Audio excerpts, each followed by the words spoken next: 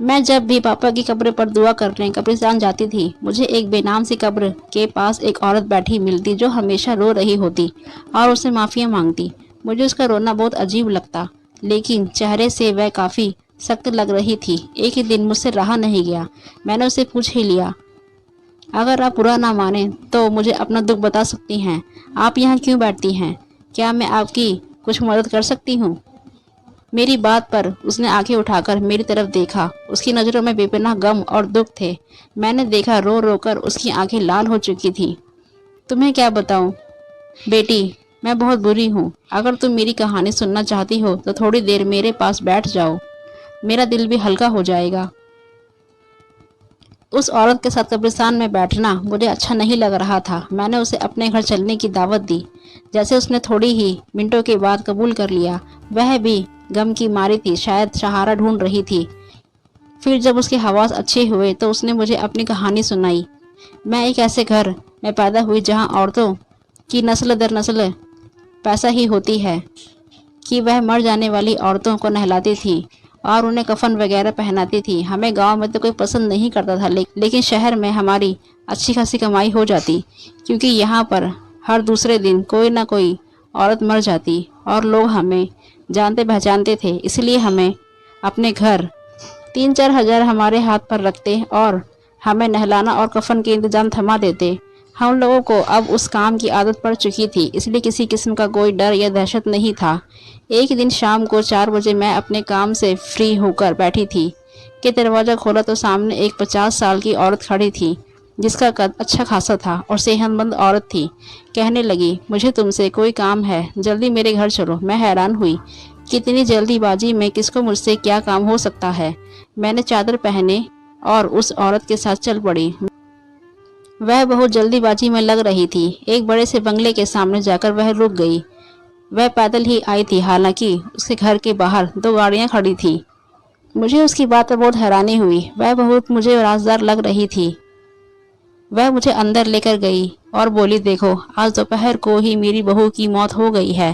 میں اس کے ماں باپ کو نہیں جانتی۔ میرا بیٹا ایک لاوارث لڑکی کو بیاہ کر لے آیا تھا، اس سے بہت محبت بھی کرتا تھا، مگر کیا کریں، یہ بیچاری تو اپنی اولاد کی تکلیف کو سہہ نہیں سکی۔ یہ پریگننٹ ہے، مگر اس کی جان تکلیف سے چلی گئی۔ پریگننٹ عورت کو زیادہ دیر گھر میں رکھنا اچھی بات نہیں ہے۔ تم اسے جلدی سے نہلا دو تاکہ میں رسم ادا کرنے کے بعد کفن کر دوں۔ مجھے تو اس لاش سے بھی ڈر لگ رہا ہے۔ تم نے سنا ہے پریگننٹ عورتیں جب مر جاتی ہیں تو وہ ڈائن بن جاتی ہیں۔ اس عورت کی تو یہ بات سن کر میں حیران رہ گئی۔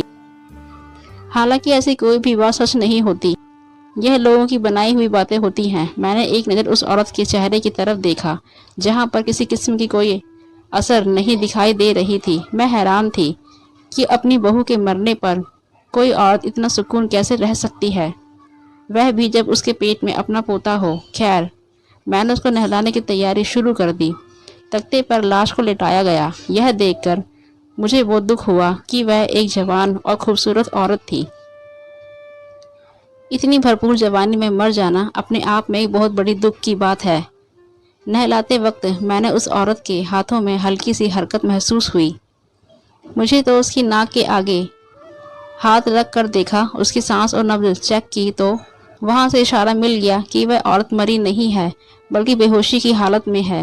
جب انسان کی ظاہری حالت ایسی ہوتی ہے جیسے کہ مردوں کی، لیکن اصل میں وہ زندہ ہوتی ہے۔ میں نے جب یہ سب دیکھا تو میں الجھن کا شکار ہو گئی۔ نہلاتے ہوئے میں رک گئی۔ میں نے اس عورت کی ساس کو بلایا۔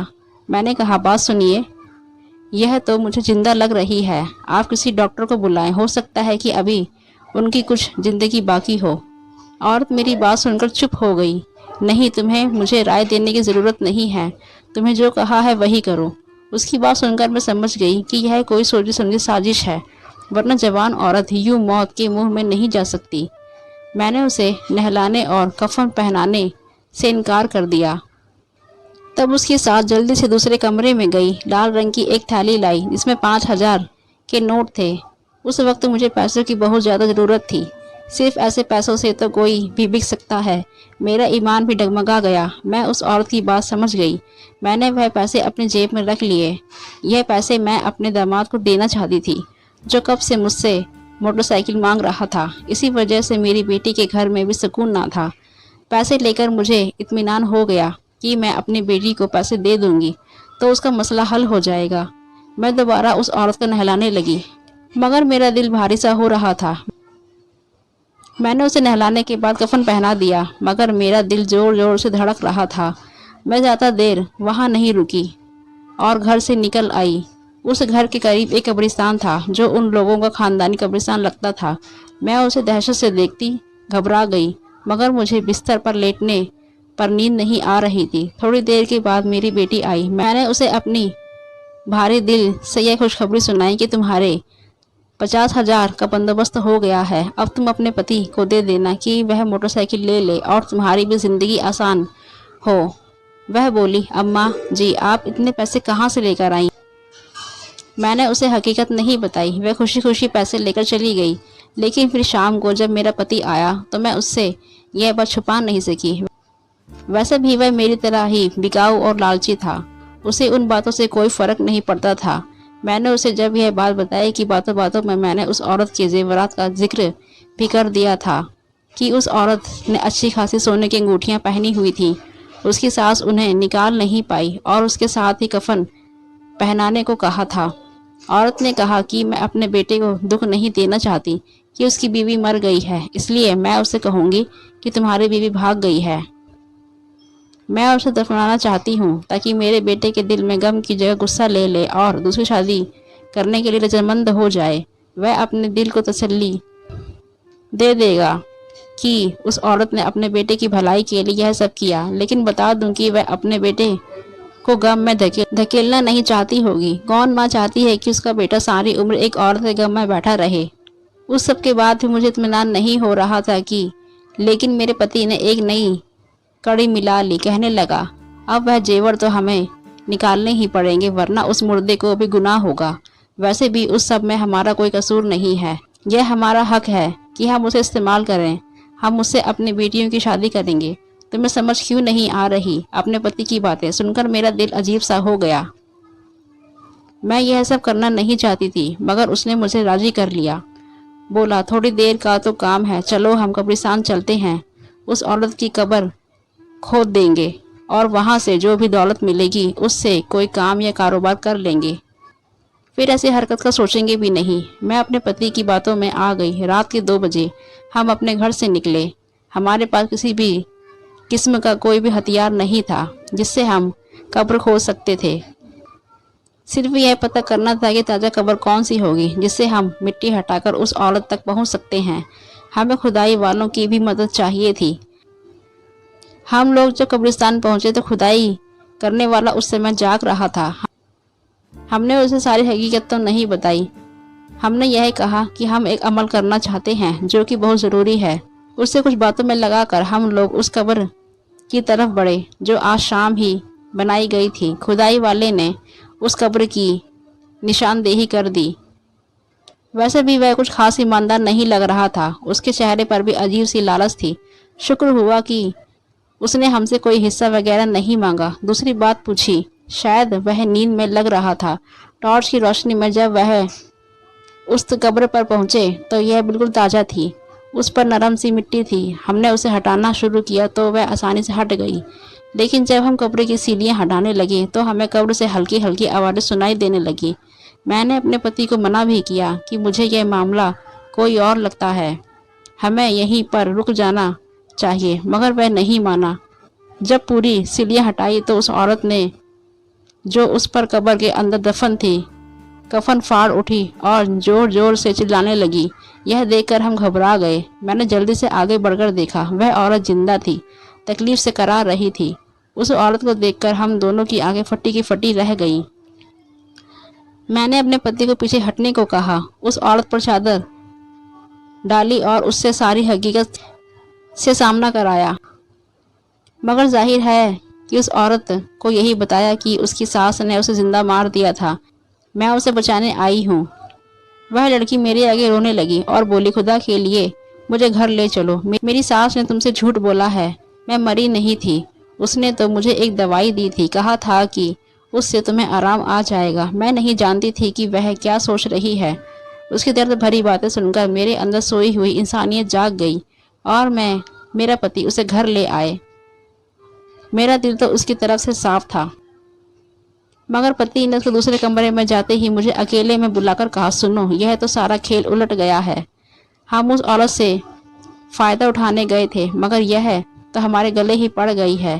ہاں تو کیا ہوا، ہمیں بھی تھوڑی انسانیت دکھانی چاہیے۔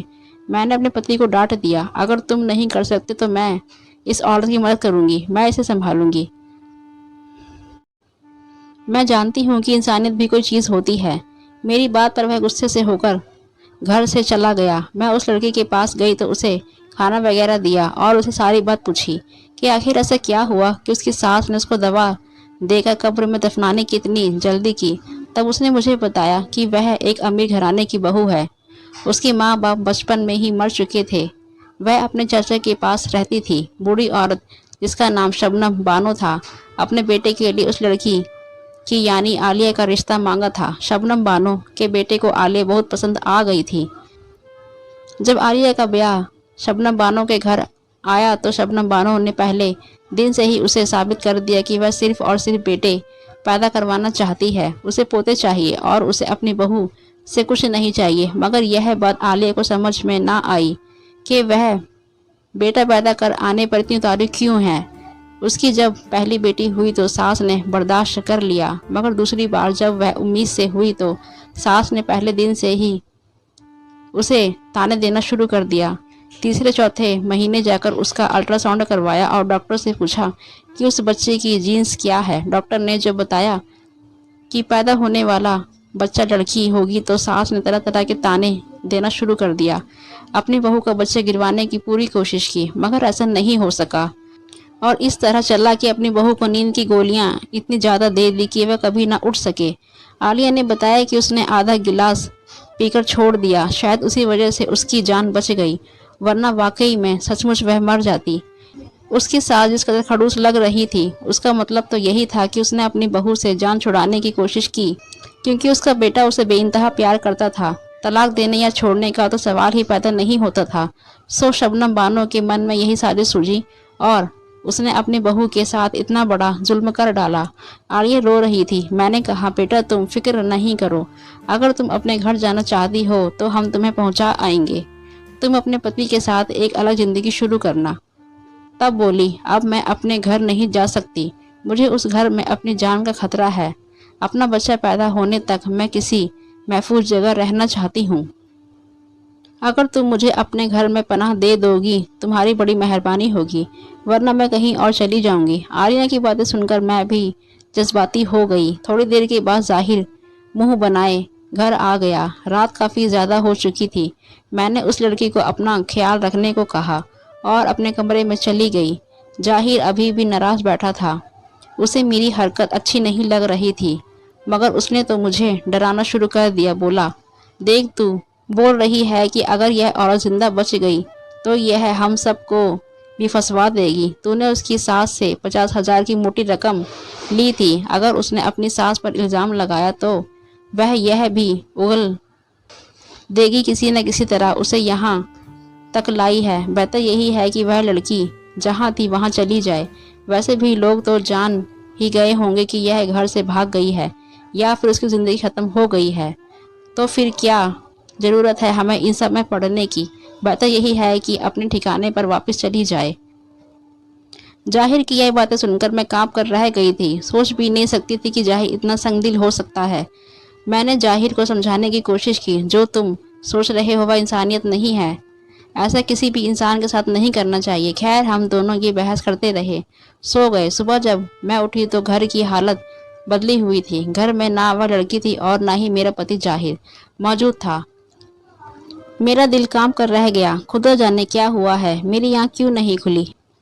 میں سوچنے لگی، اس نے مجھے کچھ کھلا تو نہیں دیا تھا۔ میں اٹھ کر اپنے کپڑے ڈالنے لگی۔ میں نے دیکھا پورا گھر اتھل پتھل ہو رکھا تھا۔ میں نے جلدی سے باہر کا رخ کیا، اس جگہ پہنچی جہاں وہ قبر تھی۔ جا کر دیکھا تو قبر جو کی تیوں موجود تھی۔ ظاہر کا کچھ پتہ نہیں تھا۔ شام کو ظاہر خود ہی گھر آ گیا۔ میں اس پر برس پڑی، یہ تم نے کیا کیا؟ وہ عورت کہاں گئی؟ تم نے اسے کہاں چھپایا؟ مار تو نہیں دیا؟